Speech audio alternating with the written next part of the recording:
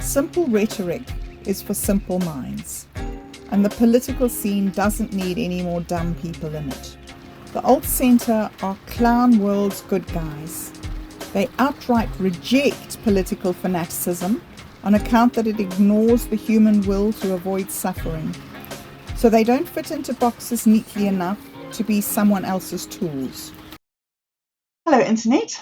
We're back again, Vince and I, with week 1 of 2023. That was the week that was. Hey, Vince. Hey, Bob. How you doing? Pretty good, pretty good. It's been a good day today. How about with you? You know, I've had a good time. It's nice and warm, even late at night here in Nelson, so I'm feeling quite nice. It's nicer that we're warming up a bit. Okay, let us jump in with the biggest story of last week, which I think was the Twitter files.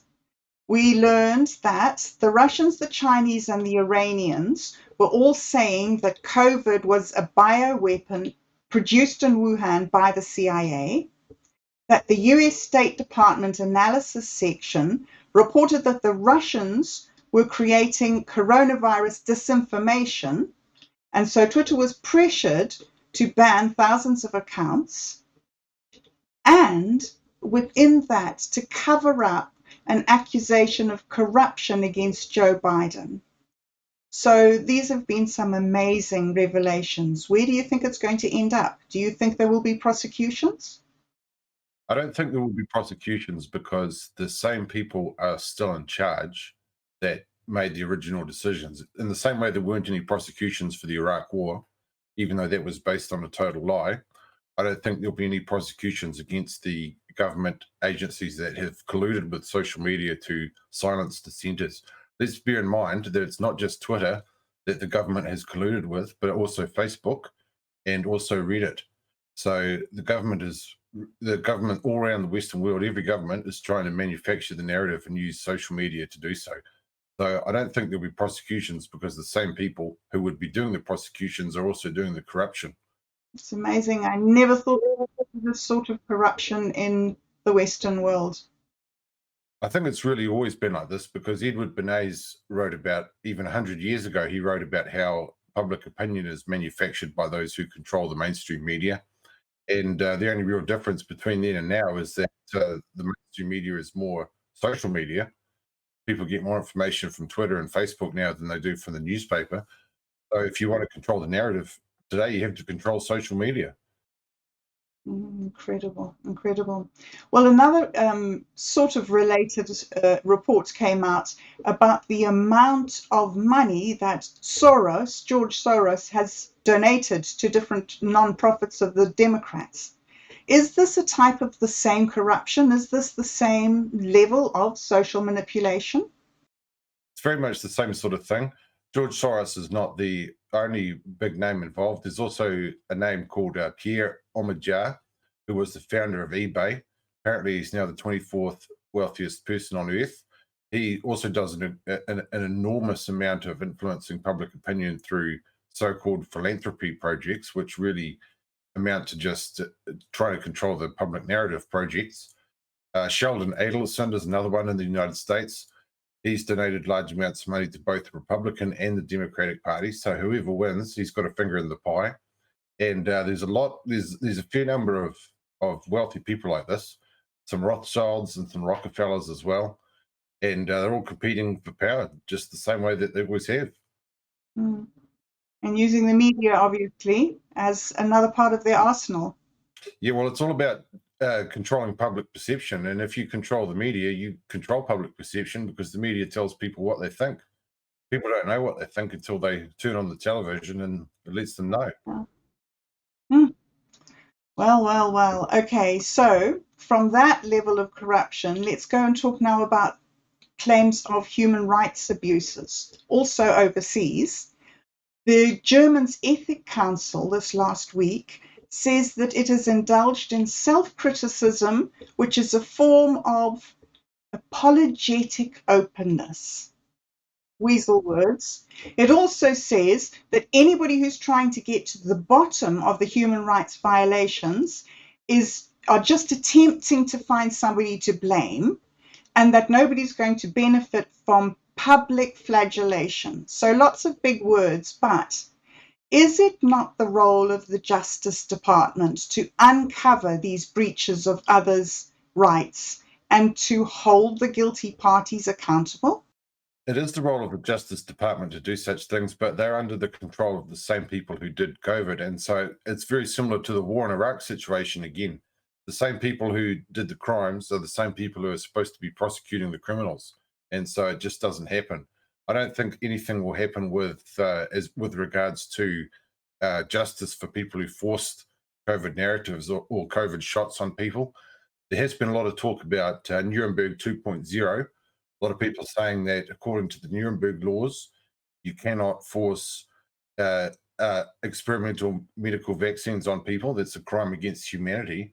So many people believe that a crime against humanity has been committed, and that some serious justice is waiting to be done. But I don't see, I don't see who's going to carry this justice out right now, because the control system is still in control, and there doesn't appear to be any major revolutionary force from the people that is intending to change the composition of the ruling class. I think we're just going to have to continue with the situation we have for now. It's bizarre and incestuous in a way. Yeah. It is, but it's hard for us to change unless we can get control of the media ourselves. Yes. Well, let's do that. Let's do that. Okay, so related to that, we had a very interesting High Court ruling. I don't know if it was High Court, it was a court ruling for a payout for a man who had been unjustly fired, they found, from a golf course because he refused to have the COVID jab. And they have awarded him a payout of 15,000 New Zealand dollars, which is significant, I think. Is this the beginning of a flood? Are there going to be a whole lot of people standing up and putting their hands up and saying, I want a bit of what's it called? Restitution. Absolutely, there are. I think you can see in this particular case, I was really surprised that any award was given in the first place, because I was certain that if any guilt was admitted on behalf of the establishment, then that would open the floodgates. There are so many people out there. There are thousands of people who feel like they've lost their jobs because of COVID pressure, either pressure to take a vaccine, or they've been ostracized for their particular opinion regarding the COVID vaccine. So I think there's a great amount of resentment out there with regard to the suffering that people have been made to go through without any legal basis. Losing the jobs, not only losing jobs, but being locked out of certain places in public, didn't have any real justification either. So I think there's a definite will to see justice done and for people to get restitution. So this 15,000, I think this is just going to be at the start. I think it's going to end up being millions, tens of millions by the time it's done. Incredible. It's incredible. It's going to be bigger than the Waitangi tribunals, isn't it? Yeah, I don't think it'll be that big, but it'll definitely be big because of the sheer numbers of people who were affected. And so many people who stood up against it. Yeah. Yeah, well, there's still a lot of anger out there among people in general about the COVID, the mandates and what was forced on people. I think if you can see the anger that people have about things like cannabis prohibition, it's like that, but 20 times more, because it affected 20 times more people. Yeah. So I think we'll see the results of that over this year. Mm. Well, it seems like we are having another great deluge, and that is actually the retail apocalypse that started a year or two ago and seems to have really kicked into high gear this January.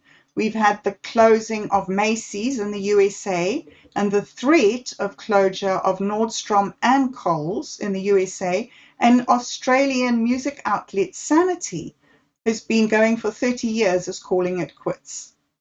Is this the end of brick and mortar and the beginning of Web3? I think it's more than that. I think it's the end of the age of abundance in general, which is what Emmanuel Macron said. I think that we're going to see a lot of companies hit the wall over the next year, over the next 10 years as well. because there just isn't so much spare money and resources going around anymore. So much of our economy is dependent on surplus wealth generated by fossil fuels, and those are not as abundant as they have previously been. So I think we're going to find that there isn't enough money to keep a lot of these major retail outlets who might not be 100% efficient. There's not going to be enough money to keep them operating. I think we're going to see a lot of these closures. Regarding Web.3, I think the internet has already had most of the effect that it will have on closing retail stores and competing with retail stores. But I think Web 3.0 could potentially make that even a bit worse, because there's a lot of people who don't like dealing with the mainstream web commerce sites like Amazon and eBay and so on. So Web 3.0, I think, could open up the opportunity for a lot more custom work and freelance work. So I think that will change things again. Well, we have time for one quick more piece of information here, and that was about the earthquake and deformation warning that has been issued last week, saying that things have been hotting up since May 2022, and there's really nothing we can do about volcanic activity. But on the other hand, we could do quite a lot. So what would your message be from the Alt Centre to our fellow countrymen, shall we say, on how to deal with the political and the social, the economic, and now these geographic stresses? My message would be the same message that Socrates had. People who asked him what the most important thing was, and that is to make peace with death. When the original Taupo explosion happened, I think that was 25,000 years ago, that created Lake Taupo. That was actually one of the biggest volcanic explosions in history and would have completely destroyed most of the life that existed in New Zealand. So I think that if it does go again, we can predict some historical level carnage. We can't really do anything about geological forces. So what it falls to us really to make peace with our inevitable death. Alt centrism is about bringing back spirituality into an otherwise sterile political environment. So we're about just understanding that this physical world is not actually the fundamental reality, and you will go to a better place after this experience. So don't worry so much about Lake Taupo destroying us all. It doesn't fundamentally matter in the end. Wow. Well, I did not expect that answer, but what an answer. Thank you, Vin. And that was the week that was. Yep. Cheers, Internet. I'll catch you next week. Alt-centrism is more a matter of wisdom than intelligence. As such, it does not attract followers on the basis of education or ideological fashionability.